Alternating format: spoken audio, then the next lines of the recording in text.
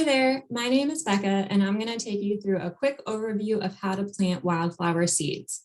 Now, I'm doing this specifically for the Plant Wildflowers initiative and those seed packs that you may have gotten from the Oldham County Library.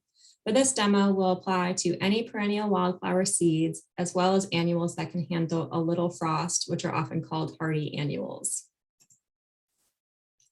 So the Plant Wildflowers initiative was launched at the end of 2021, and the Oldham County Library applied and was selected amongst over 300 applications from libraries all across the country.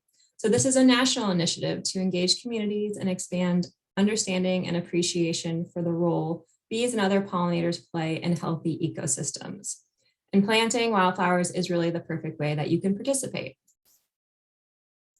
So most people can help support wild bees and other pollinators at home and in their local communities by providing and protecting pollinator habitats through simple actions like planting 1 square foot or more of native wildflowers. But we also want to be considerate that many people live in apartments or for other reasons are not able to plant wildflowers, and that's okay. So there's other opportunities for volunteering, online learning, and discussion, and getting together in person as well. So if you're interested, we want you to join us. Other things to think about to help pollinators are reducing or eliminating chemicals such as pesticides, preserving old logs, wood, and snag or dead trees in your yard, as well as leaving the leaves in the fall. So let's get into it. So I'm recording this in early April, and these seeds are ready to be planted. And fall and spring are the best time to plant because we want these plants to be established prior to the summer heat. All right, so step 1, find a spot in your yard that you're happy to give over to native plants. And you want to remove the sod or the top layer of turf grass or whatever you have going on. Now, each of these seed packs is expected to cover about 5 to 7 square feet. So you can base the size of the area that you remove the sod from based on the amount of seed that you're using. And then I'll be honest, the more you prepare the site, the better success you have. So I did this fairly quickly, knowing full well that I'm going to need to keep an eye on the site, and there'll likely be some grass that comes through that I'll need to, check on it and pull, and probably add some more mulch as I go along. But best practice, if I had the time, would be to take plastic or cardboard and let it sit on the area for a few weeks, take it off, let the current seed bed regrow, and then add the plastic or cardboard back on, and repeat this at least a couple of times. And this process is often called solarization, and it's going to work best in the summer with those summer heats. And then you'll be able to plant in the fall, which is really the best time to plant. But because of the time frame we're on, this is kind of what we're going with. So no time for solarization. I'm just removing the sod and gonna see how it goes. So you'll want to have some mulch, some kind of mulch ready to lightly cover the area. And this is going to be really helpful with weed suppression as well as moisture control as we get into those summer months. So get your seed pack ready. So we have here the Midwest mix that was provided by the grant. And again, this is going to cover about 5 to 7 square feet. And you'll just want to check that on the seed pack that you're using if it's going to be different than this one. So I opened up a couple different seed packs, and each contained a slightly different mix, both of species and quantity of seed, and that's expected. Within these packs, there are about 22 species in total that you would be able to find. Now, we don't know if all 22 are going to be in the seed pack, likely not, but there is a mix, and we've got that list available as well. Okay, so now you're ready. So you just want to, this is simple. You can do this by hand. Just got the seeds in your hand and just kind of sprinkle them throughout your little site there.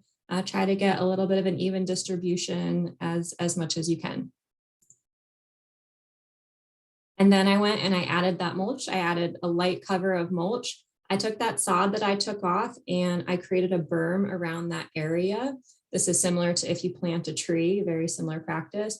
So I took the sod in clumps and I turned the sod upside down because I don't want that grass to regrow. I added mulch around it. And this again is going to help with weeds. It's going to help with moisture control as we get into the growing season.